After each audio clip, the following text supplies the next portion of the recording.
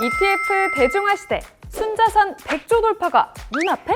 21세기 최고의 금융신상품이라 불린 이것은 무엇일까요? 1993년 미국 시장에 첫 선을 보인 ETF가 15년 만에 1000배 성장을 이뤄내자 월스트리트 곳곳에서는 찬사가 쏟아졌다고 하죠. 주식처럼 실시간으로 거래가 가능하고 펀드와 같은 분산 투자 효과도 누릴 수 있어 무결점 투자 상품이라고까지 평가받기도 했는데요. 수익률, 다양한 상품, 편리함까지 세 박자를 고루 갖춘 ETF가 국내에 도입된 지 20년 만에 새로운 역사를 쓰고 있습니다. 지난해 국내 ETF 시장이 전 세계 주요국 중 가장 높은 성장률을 기록한 가운데 개인 투자자들이 주식보다 ETF를 선호하게 되면서 마침내 ETF 대중화 시대를 연 것인데요. 지난해 70조 원을 돌파한 국내 ETF 순자산 규모는 내년쯤에 100조 원을 넘어설 것으로 보입니다. ETF가 도입된 첫 해와 비교하면 거의 200배 수준으로 불어난 셈이죠.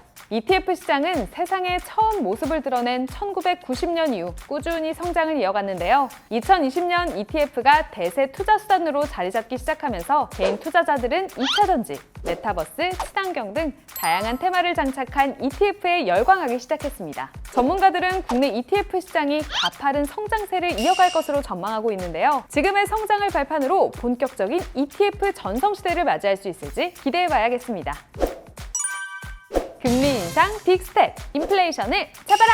높아도 너무 높은 인플레이션에 연준이 평소보다 더 큰 폭으로 금리를 올릴 수 있음을 시사했습니다. 파월 의장은 신속하게 대응해야만 한다며 그동안 고수했던 0.25%포인트를 넘긴 0.5%포인트씩 올릴 가능성을 내비쳤는데요. 지난해 연준은 공급망 정체가 풀릴 것이라는 전망을 고수하는가 하면 인플레이션이 올해 1분기 정점을 찍은 후 하반기 둔화될 것이라고 예상했죠. 하지만 이 모든 전망들이 빗나가면서 시장에 더 빠르게 대응할 필요가 있다고 판단해 강수를 둔 것으로 보입니다. 이에 제임스 블러드 연은 총재는 긴축의 가속을 더 세게 가해야 한다며 올해 연말까지 기준금리를 연 3%까지 인상해야 한다고 주장했는데요. 블러드 총재의 주장대로라면 올해 남은 6번의 회의 중 적어도 5번은 0.5%포인트 수준의 빅스텝을 해야 합니다. 하지만 긴축의 속도 조절을 주장하는 의견도 있는데요. 채권 왕으로 불리는 빌 그로스 핌코 공동 창업자는 기준금리를 연 2.5%에서 3%로 올리면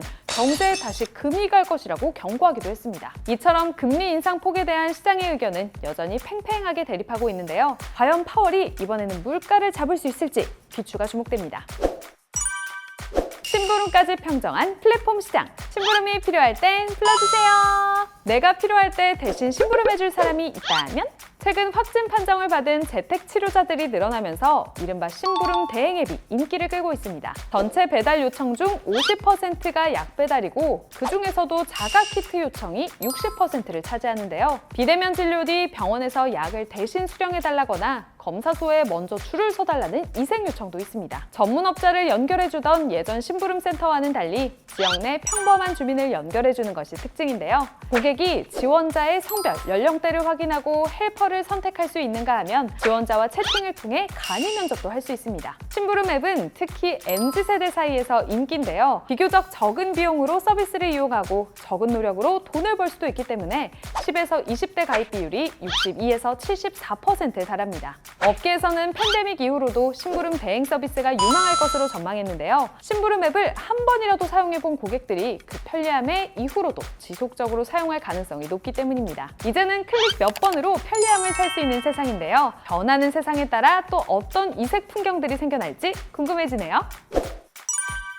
지금까지 3월 마지막 주 이뉴스 머니였습니다. 우리는 다음 주에 만나요. 안녕!